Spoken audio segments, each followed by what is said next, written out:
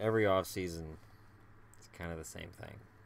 We get all excited about all this movement that's going to take place, and then in the end, it doesn't really work out that way, does it? The free agents, a lot of them decide to stay where they are, sometimes for less money. Look at Stamkos last summer. This time last year, everybody's all excited. Stammer's going to go to wherever. Toronto was one big rumored destination, but Detroit was another one. Detroit was clearing up cap space for him. Stammer's going to be a Red Wing. And then he stays in Tampa, and he stays for what we perceive to be less than market value. So what about this offseason? Well, see, it's weird. This year's draft is perceived as being shallow. And I don't take issue with that. I don't have a problem with that. This draft is considered kind of weak, as is this year's free agent market. The RFAs are far more exciting than the UFAs, which is, I think, why we could see a offer sheet. I don't think we'll see a lot. I don't think we'll see 4 or 5 of them. I don't think we'll see like an arms race where, sort of like with Philly with Ryan Kessler, where there was animosity there, or Edmonton with Dustin Penner. Remember, I was going to say Ryan Kessler, but it's like, no, that's animosity that I've had. But Penner ultimately was a mistake, and I think that's part of the reason why GMs hold back.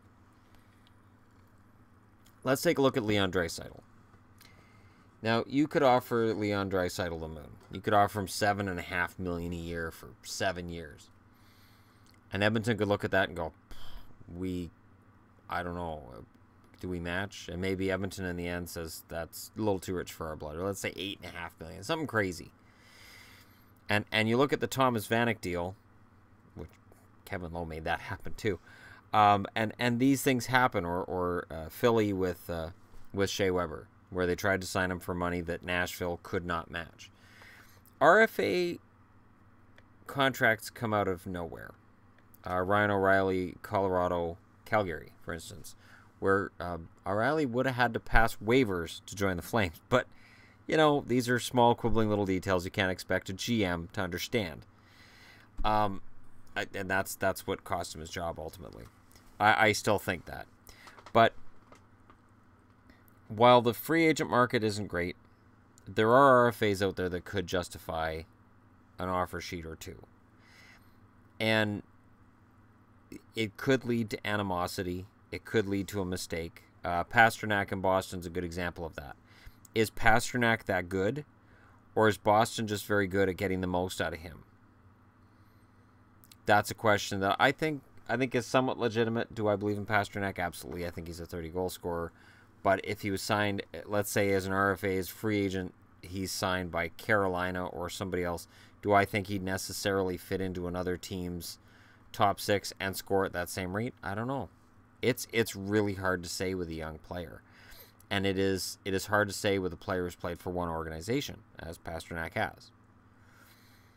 The real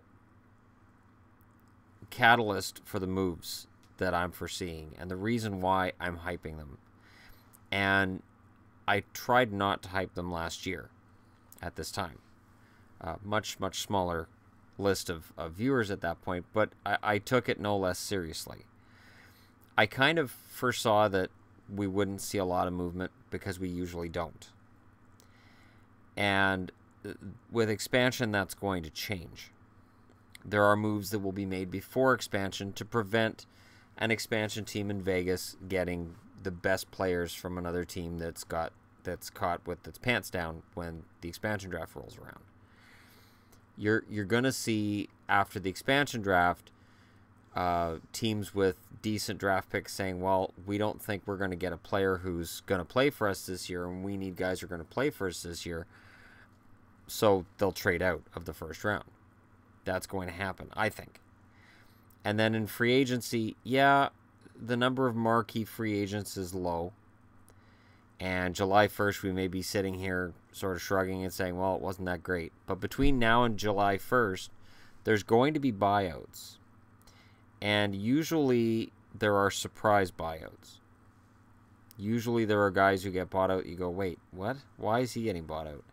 And it's usually a matter of just it's money on the GM side, and he just looks and says, I want to field a competitive team, and in order to do that, this guy is the one I'm going to have to cut.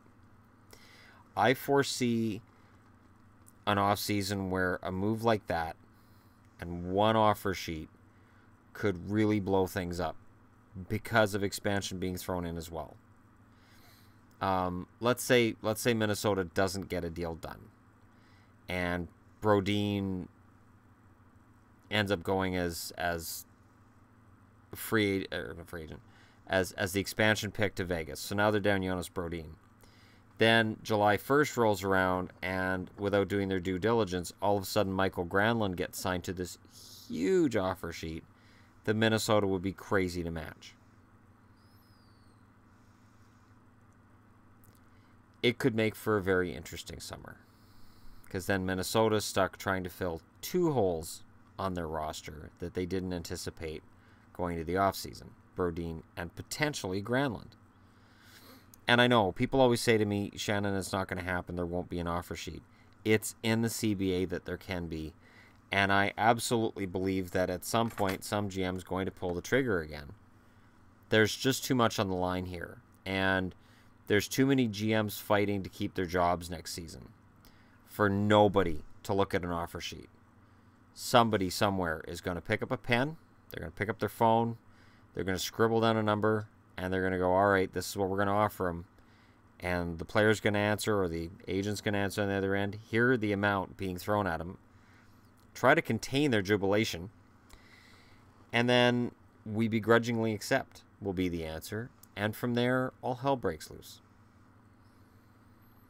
And it's easy to forget the times it's happened in the past because teams usually match. But when a team matches a deal, look at Nashville with Shea Weber. That contract was an albatross to the team and was one of the main reasons, I think, why he was traded out of Nashville. And one of the main reasons why fans view that trade as being completely in favor of Nashville is the contract that the Philadelphia Flyers signed with Shea Weber. And just imagine if the Flyers had actually got Weber. Yes, Weber would be a beast on their blue line. But how do you pay the rest of your guys and keep them when Weber is taking that kind of a cap hit? How do you put together that young blue line and keep it together? You can't. And that's the nature of the offer sheet. I think the offer sheet can bite the tail end of the team giving out the offer sheet by it being accepted and by the team walking away from it. So it's tricky.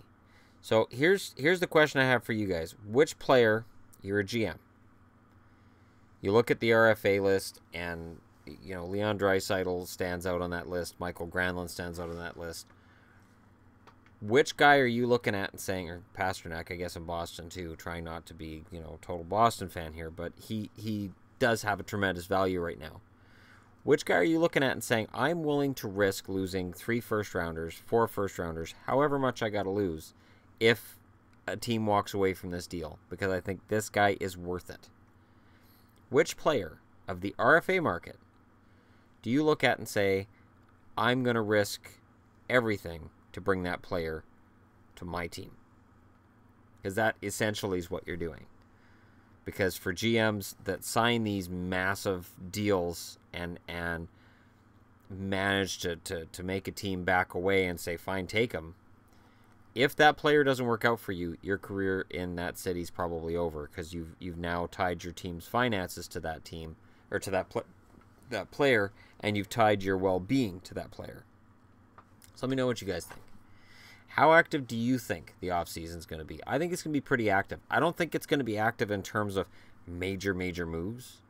I think the number of RFAs that haven't apparently even been talked to, apparently Granlund hasn't even been talked to by the Wild yet. Niederreiter hasn't been talked to by the Wild yet. What are they thinking?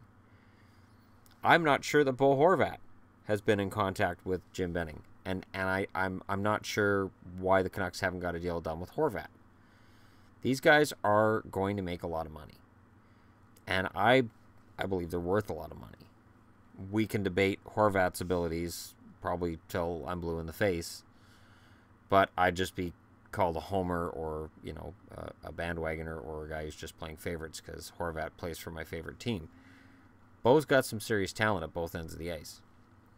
And he as well could be vulnerable to a RFA offer sheet. The Canucks are not awash in free agent money and cap space if Horvat gets a massive deal from another team. And the closer you get to July 1st, the closer you get to that being a possibility. Who do you think gets an offer sheet? And I know most of you guys are going to say nobody will. But just think about it for a second, just from a fantasy perspective. You're a GM. Who do you pursue? How much do you offer and for how long? Go ahead, put it out there. And thanks for watching. Hit like and subscribe if you're browsing your way through. And thank you so much for being a part of everything that I try to do with this channel. And you guys are kind of sort of awesome. And I'm glad to be here doing this for you guys at 11:30 p.m. my time on a Friday night. So at the end of a work week, I'm still up late doing these videos because we were in Vancouver quite a bit. Today, we had a good day, a good night. And to make it up to you guys, I'm staying up a little later and doing this video. So let me know what you think. And I'll talk to you guys again tomorrow.